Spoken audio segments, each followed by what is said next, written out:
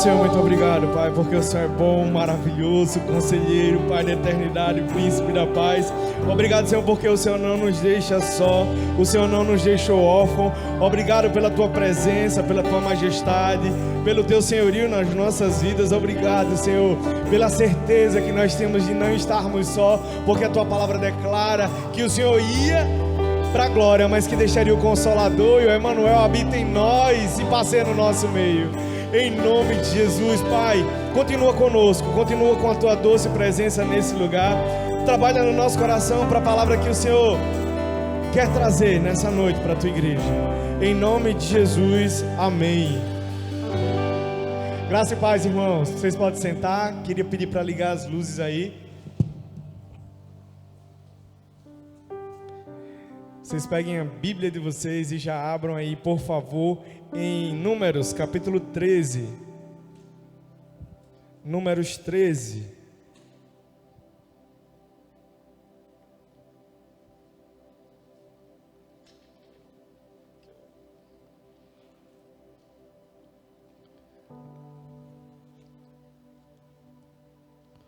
Aleluia, Jesus.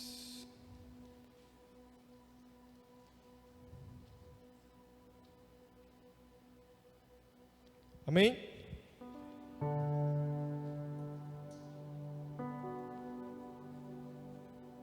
Quem achou da glória a Deus aí? Aleluia. Vou começar a ler, tá?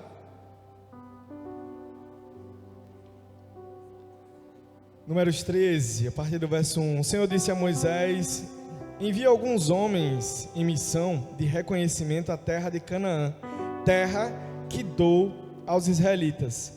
Envia o líder de cada tribo dos seus antepassados. Aí você pula para o 17. No 17, quando Moisés os enviou para observarem Canaã, disse: subam pelo Neguebe e prossigam até a região montanhosa. Vejam como é a terra e se o povo que vive lá é forte ou fraco, se são muitos ou poucos, se a terra em que habitam é boa ou ruim, se as cidades em que vivem são cidades com ou sem muros, se são fortificadas. E aí ele continua: se o solo é fértil ou pobre, se existe ali floresta ou não. Sejam corajosos, tragam alguns frutos da terra. Era a época do início da colheita da uva. E a gente pula o 25. Vamos ler o 25. Ao fim de 40 dias, eles voltaram da missão em reconhecimento daquela terra. Eles então retornaram a Moisés e a Arão e a toda a comunidade de Israel em Cádiz, no deserto de Parã, onde prestaram relatório a eles e a toda a comunidade de Israel. E lhes mostraram os frutos da terra e deram o seguinte relatório a Moisés: entramos na terra a qual você nos enviou, onde há leite e mel com fartura. Aqui estão alguns frutos dela. Até aí. E aí eu queria tratar com vocês alguns assuntos. A gente falou sábado passado para não dormir, não foi? Não foi? Eu que estava lá na janela, levou uma queda porque estava dormindo. Aí cutuca o irmão aí, diz: não durma, para não cair da janela, viu, irmão? Não durma. Gente, e aí eu queria seguir a mesma linha. Dessa vez, de não dormir, eu quero que vocês fiquem de olhos abertos. E aí eu vou trazer esse contexto. Vixe, já comecei me perdendo aqui, ó. Que massa. Pulou as folhas. E aí, com relação ao contexto, Deus no verso 1, ele fala: vai lá, vê a terra, mas a terra já era de quem? Já era deles, do povo de Israel. Eu vou ler de novo. Ele disse: envia alguns homens em missão de reconhecimento à terra que dou aos israelitas. Não era uma possibilidade, era uma certeza. Vá lá reconhecer um presente que você ganhou. Já pensou? Vá lá na... A Cláudia está aí não, né? Então não vou fazer o merchandising não. Vá lá na concessionária tal e olha o carro que já é seu. Tá lá o carro, é só você escolher. Assim foi Deus, Ele garantiu aquela terra. E aí o interessante, né, que Moisés, Deus falou a Moisés e Moisés traçou um planejamento estratégico. Não sei quem é da área da administração aí, da produção, enfim. E aí Moisés traçou um planejamento estratégico. Ele disse, subam pelo Negueb, ele disse o caminho que tinha que seguir. Ele falou, observem como é a terra e o povo que vive lá, se é um povo forte ou fraco, se a terra é boa ou ruim, se os muros são fortificados ou não, se o solo é fértil ou é pobre, e se ali existe floresta ou não. E ele fala, sejam corajosos. Vira para a pessoa que está do seu lado. Fala, irmão, seja corajoso. Seja corajoso. E aí já tome posse aí. Se o Senhor prometeu, meu irmão, seja corajoso, porque já é seu. Você vai lá só para olhar, para dizer, eita Senhor, é do jeito que eu pedi ou é ainda mais além daquilo que eu pedi ou que eu imaginei. Porque o Senhor só faz assim, Ele vai além. E aí, se você for olhar em toda a história do Antigo Testamento, Deus tinha uma promessa. Disse que ia dar uma terra que manava leite e mel. E aí, eu vou falar sobre essa questão inicial do planejamento estratégico. Muita gente acha que a gente tem que fazer a obra do Senhor de qualquer jeito, mas o reino de Deus, ele é organizado. Amém? Então, meu irmão, se você quer servir a Deus, seja organizado, viu, crente? Começa na tua vida a organização. No meu primeiro e último trabalho, antigo trabalho, toda vez que ia virar o ano, a gerência, a liderança se juntava para fazer o planejamento estratégico de onde iria atacar, quais eram os produtos que iriam ofertar no ano seguinte. E a gente trabalhava com a matriz SWOT. Não me pergunte o significado assim da tradução, porque eu não sei o inglês, mas em português é a matriz FOFA. Quem trabalha na administração sabe aí o que é a FOFA, né? Que é forças, oportunidades, fraquezas e ameaças. E aí eu fiz uma FOFA baseado no que Moisés ordenou lá. Vai lá, cadê a FOFA? Ou a SWOT? Tá aí na tela? Para tentar ilustrar. Para mim não tá tão legal a imagem, mas eu vou tentar aqui, tá? Então, quais eram os pontos fortes? O que é os pontos fortes na área do planejamento estratégico? Você tem que identificar o que é que você faz bem. E aí você imagina aquele povo que estava passeando no deserto. O que é que ele sabia fazer bem? Caminhar. Ele sabia passar no meio do mar a pé enxuto. Ele sabia ver água sair da rocha. Não é isso? Ele suportava a quentura. Então ele sabia que durante o dia existia uma nuvem que cobria para não queimar a careca e a cabeça do povo. Sabia que à noite existia o labachúria lá da coluna de fogo. Então tinha coisas que eram uma fortaleza para aquele povo lá. Era uma força para eles. Outro ponto é o que te diferencia dos demais. O que te diferencia do inimigo lá? A força dele é que ele ia com o Senhor, que a força dele era o Senhor. Quais são as suas melhores qualidades? E aí o João falou, suportar. Era um povo que vivia castigado ali no Egito, apanhava. E quanto mais apanhava, mais cresciam. Quanto mais apanhava, mais pariam. O povo era valente, né? Quanto mais eles apanhavam, mais faziam menino. E aí, quais eram os pontos fracos deles, né? O que você precisa melhorar? Aquele povo ali precisava calar a boca, porque era murmurador. Vira para o irmão e diz, irmão, para de murmurar. Pare, irmão, de murmurar em nome de Jesus. Outro ponto lá, os recursos que você tem são adequados, pensando no povo lá dos espias, que ia olhar o planejamento estratégico de Moisés, tá? Os recursos são adequados, né? Você vai lá, mandou 12 homens, né? Um de cada tribo, e foi lá. Outro ponto é, o que os outros fazem melhor que você? Então ele foi lá olhar, é fortaleza, não tem fortaleza, a terra é fértil, o que é que eles plantam lá? Então vai lá observar para poder, quando voltar, a gente fazer um plano de batalha de conquistar a terra. Quais são as oportunidades?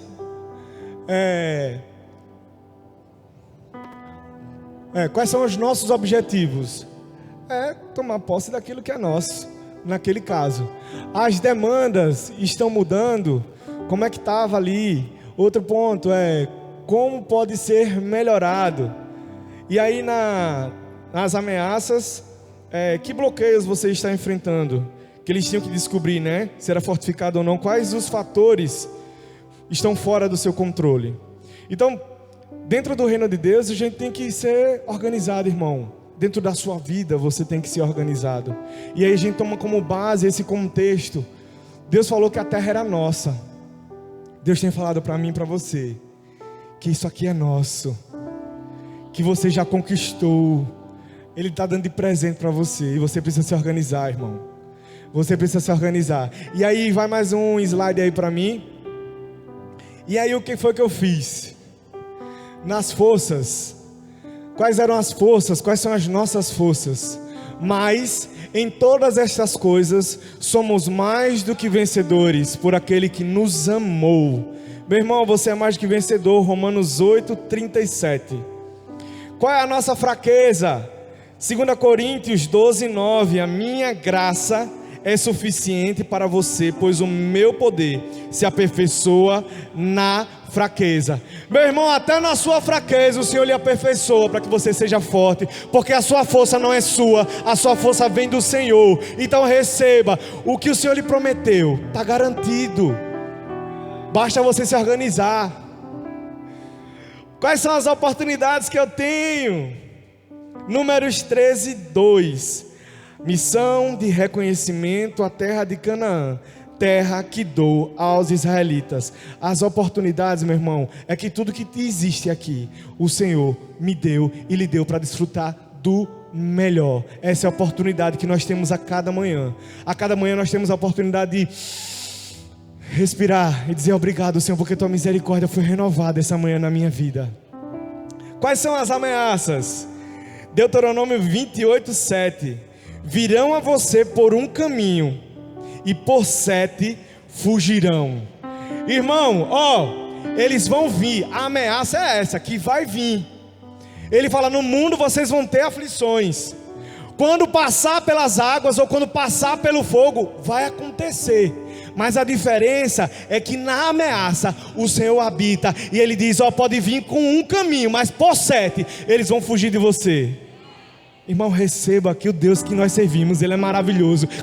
Ele é infinitamente mais, além do que tudo aquilo que pedimos e pensamos. E aí eu pergunto a você, assim como aquele povo, para onde você tem olhado? Porque quando eles voltaram, a primeira palavra deles, maravilhados, aquela terra é a terra que mana leite e mel. Se você for seguindo aí, o verso 27, deram os seguintes relatórios a Moisés: entramos na terra a qual você nos enviou, onde mana leite e mel. Aqui estão alguns frutos, mas o povo que vive lá é poderoso. Até aí tudo bem. Moisés tinha pedido para olhar se era ou não forte aquele povo. E as cidades são fortificadas, beleza, e muito grandes. Também vimos descendentes de Enaque. Os amalequitas vivem no Neguebe, os hititas, os jebuseus e os amorreus vivem na região montanhosa. Os cananeus vivem perto do mar e junto ao Jordão. Missão de reconhecimento. Era guerra, até aí tudo certo. Aí Caleb, vaso ungido do Senhor, fez o povo se calar. Peraí. Subamos e tomemos posse dessa terra. Porque ele já sabia, a terra é minha, vamos tomar logo posse? É certo que venceremos. Mas o que aconteceu? Os homens que tinham ido com ele disseram: não podemos atacar aquele povo, é mais forte do que nós. E espalharam entre os israelitas um relatório negativo acerca daquela terra. Disseram: a terra para a qual fomos em missão de reconhecimento devorará os que nela vivem. Todos os que descendem de Enaque, diante de quem parecíamos gafanhotos, a nós e a eles. Ou seja, os caras já se desviaram, começaram a olhar para as dificuldades. A missão dele era saber qual era o contexto da terra em que eles iriam tomar posse. Eles iriam tomar posse. E aí, em dado momento, eles focaram na dificuldade. Mas lá no contexto está dizendo que a terra era fértil, a terra era frutífera. era linda, maravilhosa, mas eles só focaram nas dificuldades. E aí eu gostaria de alertar a mim e a você, que não sejamos como os 10 espias, deixando de realmente olhar o que importa. Muitas vezes, assim como eu, que no sábado passado, o eu que estava sentado à janela, e em vez de olhar a pregação lá de Paulo, ele foi olhar para a rua, imagino eu, e aí cochilou. E mais uma vez a gente traz esse contexto.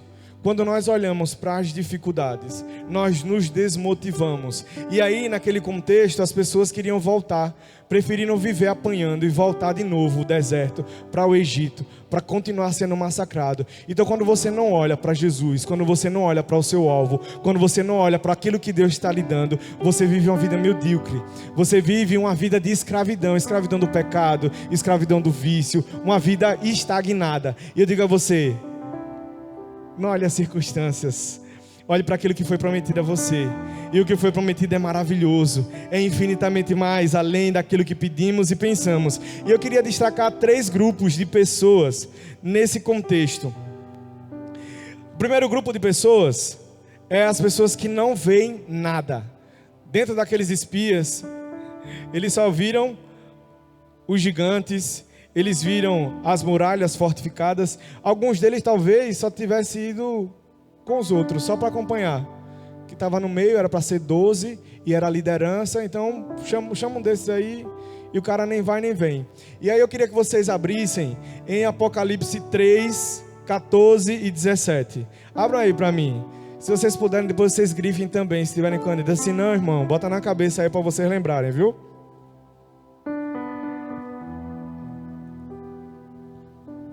Hoje estou de tecladista novo. Muito bem.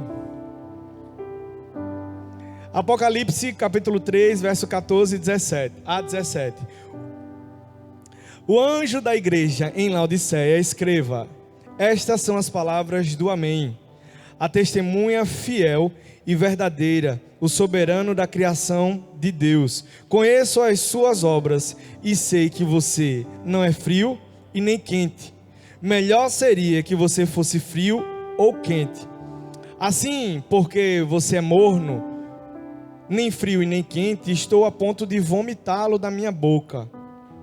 Você diz: estou rico, adquiri riquezas e não preciso de mais nada. Não reconhece, porém, que é miserável, digno de compaixão, pobre, cego e que está nu. Muitas vezes vivemos no nosso dia a dia como a igreja de Laodiceia. Quais são os nossos objetivos? Eu quero um emprego, eu quero namorar, eu quero casar. E aí estou satisfeito. Enquanto Jesus, ele veio ao mundo, ele morreu e ressuscitou, e durante a passagem dele aqui na terra, ele falou: quando vocês forem orar, vocês orem: Pai nosso que estás no céu, santificado seja o vosso nome, venha a nós o teu reino, seja feita a tua vontade aqui na terra, assim como ela é no céu.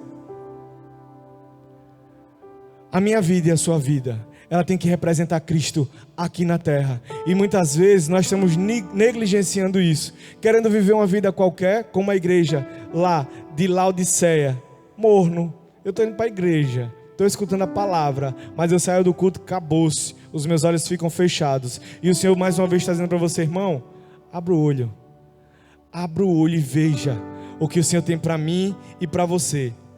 Saiba que o Senhor quer abrir os seus olhos, e nessa noite, assim como Ele fez com Agar, serva de Abraão, em Gênesis 21:15, fala o seguinte: quando acabou a água da vasilha, ela deixou o menino debaixo de um arbusto e foi sentar-se perto dali, à distância de um tiro de flecha, porque pensou: não posso ver o menino morrer. Sentada ali perto, começou a chorar. E Deus ouviu o choro do menino, e o anjo de Deus do céu chamou Agar e lhe disse: o que aflige, Agar? Não tenha medo, Deus ouviu o menino chorar lá onde você deixou. Levante o menino, tome-o pela mão, porque dele farei um grande povo. Então Deus lhe abriu os olhos, e ela viu uma fonte. Foi até lá, encheu de água a vasilha e deu de beber ao menino. Crente, eu achei maravilhoso quando o pastor Técio, ele trouxe esse texto. A fonte já existia e ela não estava vendo. Meu irmão, a bênção muitas vezes está na sua frente e você está com uma garra chorando, e o Senhor dizendo: está aqui a bênção, e você chorando. Eu não sei como é na casa de vocês, mas às vezes eu digo: pega ali o celular que está em cima do lugar tal, em tal lugar. Passa 10 vezes na frente e não vê. Depois, eita, estava aqui e ninguém viu. Assim é o Senhor, está com a bênção pronta para mim e para você. E você está perdendo tempo chorando, irmão. Irmão, chore não, haja. Busca ao Senhor, clame: Senhor, em nome de Jesus, abre os meus olhos. O Senhor, Ele quer abrir os seus olhos assim como abriu os olhos de Agar. Falou: não chore. Não é tempo de chorar não, irmão, é tempo de abrir o olho mesmo. E enxergue, tem uma fonte jorrando para mim e para você. Para de ficar reclamando do concurso que não passou, ou que não foi chamado para um emprego, ou que foi demitido, ou que acabou um namoro, ou que não tem namorado. Irmão, para de reclamar. O Senhor tem infinitamente mais, além do que pedimos e pensamos. Não é hora de reclamar ou de murmurar. Não faça não igual aquele povo: tem gigante ali, o povo é fortificado, não tem saída. Irmão, abra do olho. Tem fonte jorrando e o Senhor quer abrir os seus olhos. A segunda pessoa, o segundo tipo de pessoa, são as pessoas que só veem as circunstâncias. E aí eu pergunto a você: como é que você tem se planejado diante das dificuldades, diante do dia a dia? Você tem feito igual a Moisés, traçado um planejamento? Preciso do emprego, mas aí eu preciso me capacitar, eu preciso sair de casa. E aí tem gente que ainda está dependendo financeiramente dos pais e não move uma palha para resolver a situação. Tem gente também que está namorando há vários anos e vive até uma vida sexual ativa e não faz nada para melhorar essa situação. Para dizer: não, eu vou trabalhar, eu vou querer casar, vou marcar a data do casamento. E está vivendo, está olhando as circunstâncias. Eu não tenho casa, eu não tenho carro, eu não tenho isso, eu não tenho aquilo. Irmão, olhe não as circunstâncias, olhe para aquele que disse que já é seu, já está garantido. Irmão, temos à nossa disposição as armas de Efésios 6 e não temos usado corretamente. A ordem foi clara para a missão à terra. Ela seria dada a eles e tem sido dada a mim e a você. Eles conheciam a promessa de Deus. Você sabe qual é a promessa que Deus tem para a sua vida? Muitas vezes você está aqui na igreja, vem e sai e não sabe nem o que é que o Senhor tem para a sua vida. E fica se lamentando: porque eu sou um pobre miserável. E aí Jesus, Ele tem para a sua vida a salvação. Em 1 João 2:25 fala: e esta é a promessa que Ele nos fez, vida eterna. O Senhor tem vida eterna para você, irmão. Dá um amém, irmão. Que é eterna com Ele, maravilhoso. O Senhor tem uma vida plena. E a palavra do Senhor fala em João 10:10: o ladrão vem para matar, roubar e destruir. E eu vim para que tenha uma vida, e uma vida plenamente abundante. Como é que você tem vivido a sua vida? O plano do Senhor para a sua vida é que você viva de forma abundante. Outro ponto, outra promessa que o Senhor tem para mim e para a sua vida é o Espírito de Deus. Ele está em nós. Lucas 11:13. Se vocês, apesar de serem maus, sabem dar coisas boas aos seus filhos, quanto mais o Pai que está nos céus nos dará o Espírito Santo a quem o pedir. O Espírito Santo está disponível para mim e para você. Muitas vezes a gente está passando, o Espírito Santo está aqui, querendo agir na minha e na sua vida. A gente está passando e se distanciando dele. É só pedir: Espírito Santo, habita em mim. Espírito Santo, ministra os teus dons sobre a minha vida. Eu quero ter dom de sabedoria, dom de conhecimento. Eu quero discernir os espíritos. É só pedir, irmão, e será dado, porque o Senhor tem o melhor para mim e para você.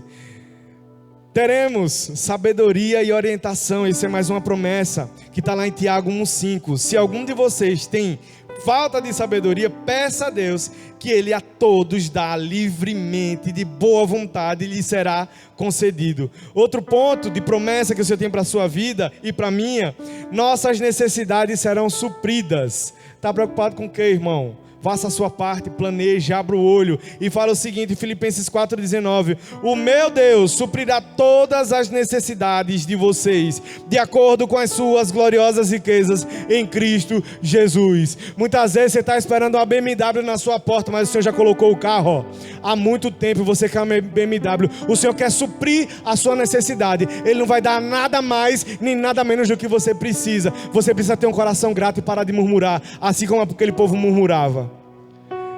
Outro ponto que o Senhor tem para mim e para você, que nós tenhamos paz em Deus. Isaías 26:3: tu guardarás em perfeita paz aquele cujo propósito está firme, porque em ti confia. Irmão, você confia em Deus? Se você confia em Deus, o Senhor tem paz para minha e para a sua vida. E aí em Reis, 2 Reis 6:15-17 fala o seguinte: o servo do homem de Deus... Eu acho que eu pulei alguma coisa. É isso mesmo. O servo do homem de Deus levantou-se bem cedo pela manhã, e quando saía, viu uma tropa com cavalos e carros de guerra. Havia cercado a cidade, e então exclamou: ah, meu senhor, o que faremos? O profeta respondeu: não tenha medo, aquele que estão conosco são mais numerosos do que eles. E Eliseu orou: Senhor, abre os olhos dele, para que ele veja. Então o Senhor abriu os olhos do rapaz, que olhou e viu as colinas cheias de cavalos e carros de fogo ao redor de Eliseu. Irmão, está difícil, está complicado. Não se atemorize, não faça igual os espias, mas diga: Senhor, abre os meus olhos, para que eu possa enxergar aquilo que está além da minha vista. Ainda que o olho natural não enxergue, não temas, creia somente. Não olhe as circunstâncias, assim como fizeram os espias, mas olhe as promessas de Deus, assim como fez Josué e Caleb. Todos tinham o mesmo Deus e a mesma promessa. A diferença foi para onde eles olharam.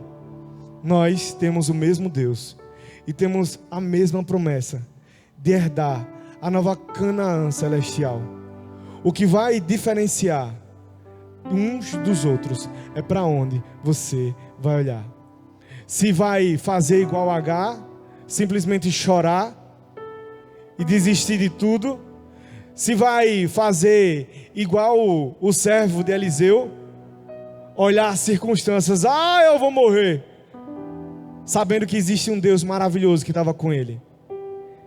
E aí tem o terceiro tipo de pessoa, que são as pessoas que enxergam o mundo espiritual. E eu não falo das pessoas assim como Eliseu, ou assim como alguns que a gente tem aqui no meio da juventude. Pessoas com visão aberta, que veem demônios, anjos, que veem várias coisas aí, como lemos na passagem de Eliseu. Mas das pessoas que olham pelos olhos da fé. Que nós sejamos esse terceiro tipo de pessoa. Que possamos ter os olhos bem abertos, que possamos enxergar o mundo espiritual, conforme a palavra do Senhor nos fala. E aí em Hebreus 11:24-27, abra aí por favor. A gente vai ler 2 textos e vai encerrar. Irmão, para onde você tem olhado, crente? O que é que você tem planejado na sua vida? Hebreus 11:24-27.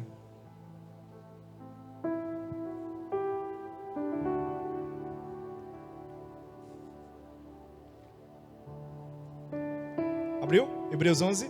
Eu vou ler, tá? Pela fé, Moisés, já adulto, recusou ser chamado de filho da filha de Faraó, preferindo ser maltratado com o povo de Deus a desfrutar os prazeres do pecado durante algum tempo.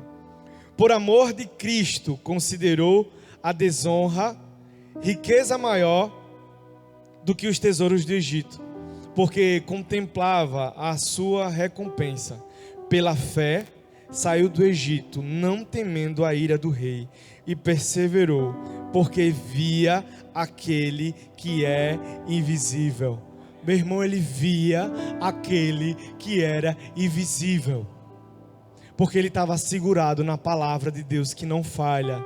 Existe uma palavra para mim e para você, onde existem várias garantias. E quando a gente não conhece, quando a gente não entende, a gente se perde. Muitas vezes a gente age querendo ser o filho da filha de Faraó. Muitas vezes a gente prefere os prazeres momentâneos do que pegar o caminho estreito. Como eu falei sábado passado, o caminho é estreito, irmão, mas tem vitória no final do caminho. O caminho é estreito, mas ele tem um amor que superabunda todo e qualquer desafio.